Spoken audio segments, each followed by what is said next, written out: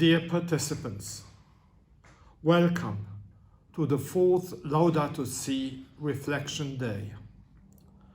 I am sorry that I'm not able to join you.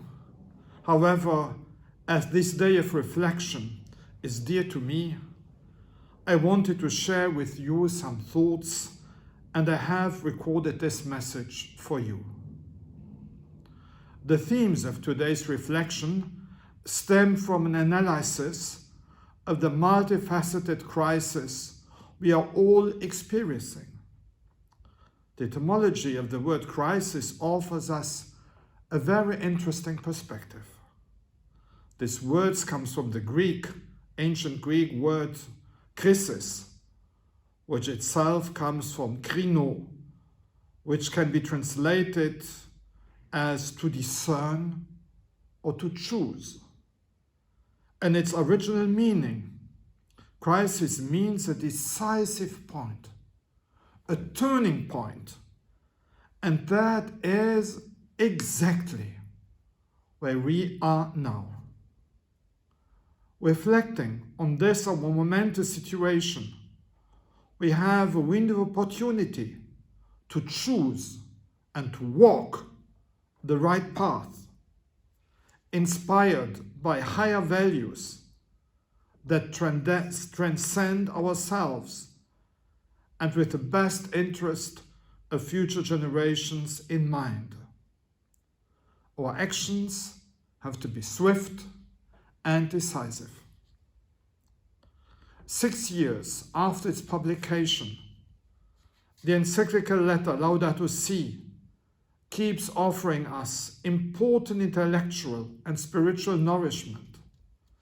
This year, on behalf of the Laudato Si Alliance, I invite you to reflect on the theme of the dream and the theme of thinking and planning long term.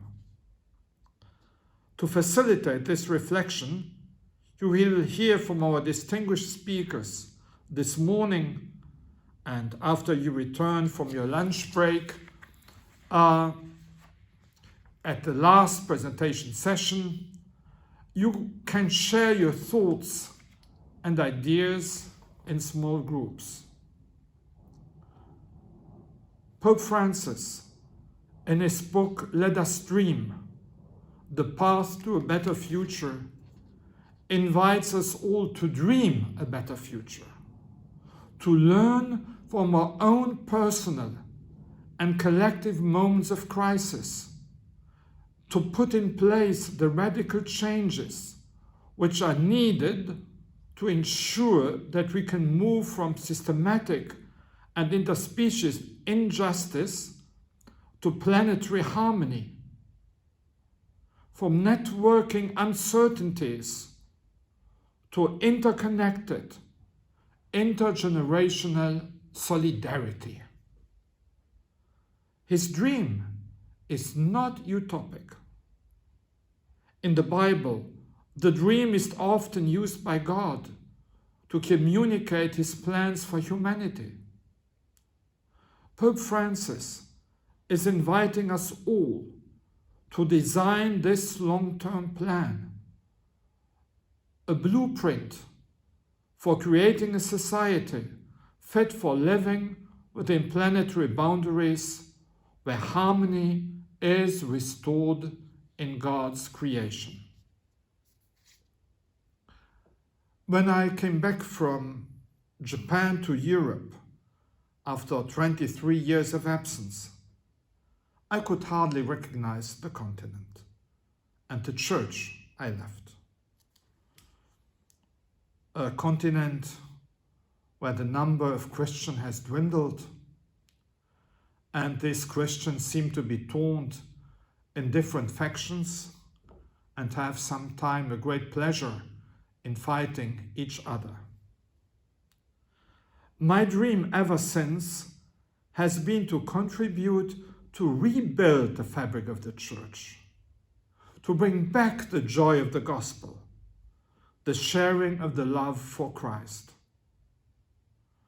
Pope Francis has been offering us a series of instruments to renew our faith, the commitment to the Church and to one another, paying special attention to the excluded, looking and taking care of each other with sisterly and brotherly love.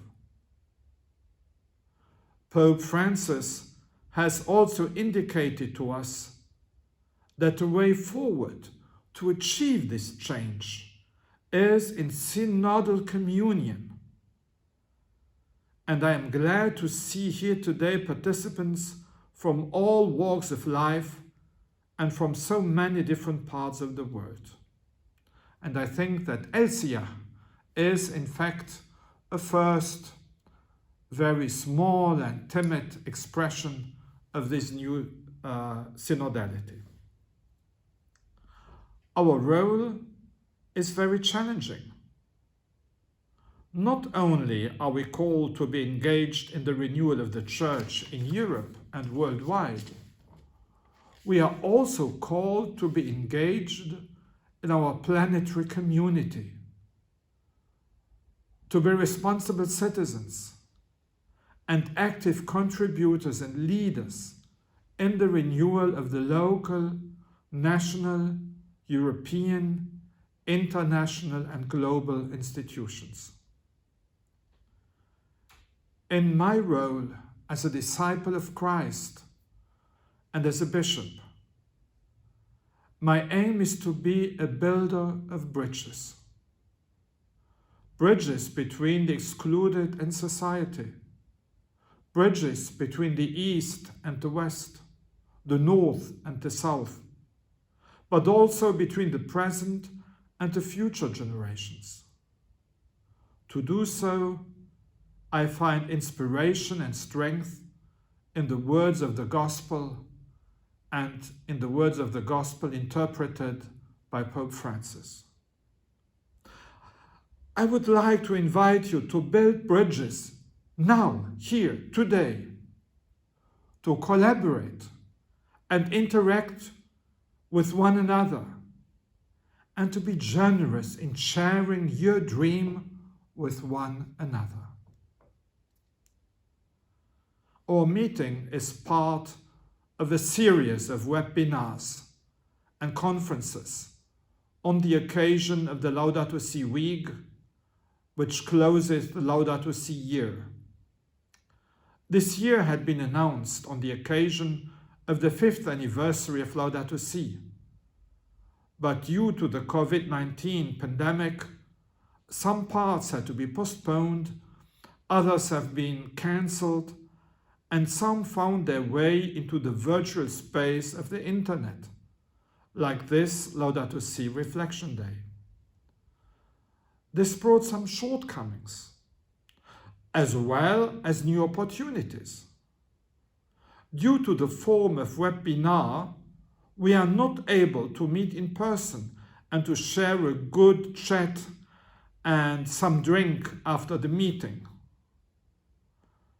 But due to the possibilities of the internet, many people are able to participate who never would have had the chance to come to Brussels and to be with us. Perhaps this is a good example for the ambiguity of so many things, especially modern digital technology. In conclusion, I would like to leave you with the title of Laudato Si Week, which comes from paragraph 13 of Laudato Si, for we know that things can change. Let us be this change. Let us be this dream. Let us join forces here and now today across Europe and the planet. Let us hold space for future generations and together be co-creators of new paths for humanity. Thank you all.